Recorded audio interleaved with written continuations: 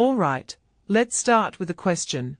What if I told you one of the most pivotal moments in rock history wasn't some legendary guitar solo, or a groundbreaking album rollout, but a single lyric tucked into a Queen song? Yeah, I know, Queen, the band that could do no wrong in the 70s. But stick with me here, because this isn't just about Freddie Mercury or Brian May. It's about how a line like Down in the City, Just Hoople and Me became a bridge between generations of rock stars. Specifically, Joe Elliott of Def Leppard, who once called Queen's Now I'm Here one of the greatest rock songs ever written. And honestly, that choice tells us way more about the DNA of 80s rock than you'd think. Let's unpack this.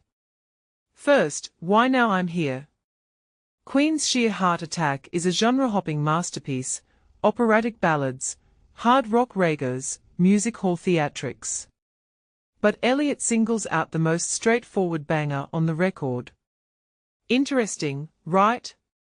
Because here's the thing, Def Leppard spent their career chasing that perfect blend of muscle and melody, and Now I'm Here is pure adrenaline with a side of glitter. It's Brian May's riff like a buzzsaw, Mercury's vocals dripping with attitude, and a chorus that sticks like gum on a shoe. But what Elliott really admires, and this is key, is how Queen refused to play it safe. He calls out the album's variety, comparing it to a 4 different bands experience.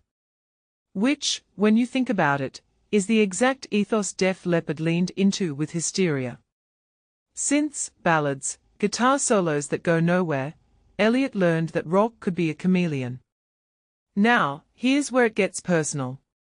Elliott's not just geeking out over a favorite track, he's revealing how deeply Queen's fearlessness influenced him. He even nods to Mott the Hoople in the lyrics, a band he loved, and that's no accident. For a young Joe, this wasn't just a song. It was a masterclass in how to be both a student of the past and a pioneer. Because let's be real, Def Leppard didn't invent hair metal. They weaponized Queen's theatricality, Bowie's glam, and punk's energy into something that could fill stadiums and top 40 radio. And isn't that the ultimate flex? Taking Queen's No Rules playbook and making it work for a MTV generation. But wait, let's zoom out. Why does this matter in 2026?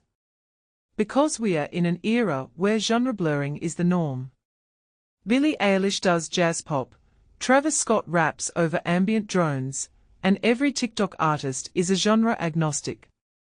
Queen did this 50 years ago, and Elliott rode that wave into the 80s. What Elliott's praise for Now I'm Here really highlights is the tension between authenticity and reinvention. You don't have to sound the same song twice to stay true to yourself. In fact, maybe the opposite is true. And isn't that a lesson today's artists could learn? Don't chase trends, chase what excites you, even if it's messy. Oh, and that Freddie Mercury tribute concert performance. When Elliott stepped in to sing Now I'm Here with Brian May. That wasn't just a cover. It was a torch-passing moment. Elliott, the kid from Sheffield who grew up worshipping these giants, suddenly standing on the same stage, shouting the same lyrics.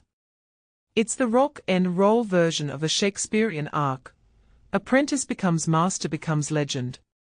And yet, how many fans today even realize that Def Leppard's glossy, calculated sound was built on Queen's chaotic brilliance? Probably not enough. Which is why this story isn't just about 2 bands. It's about how influence works in art.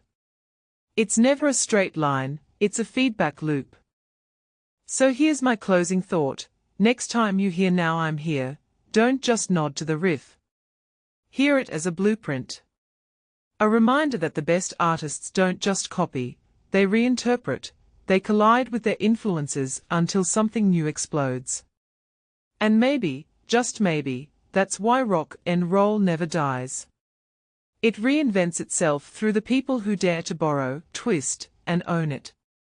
What songs would you say changed the game for your favorite artists? Let me know in the comments, because I'm curious where your version of Now I'm Here lives.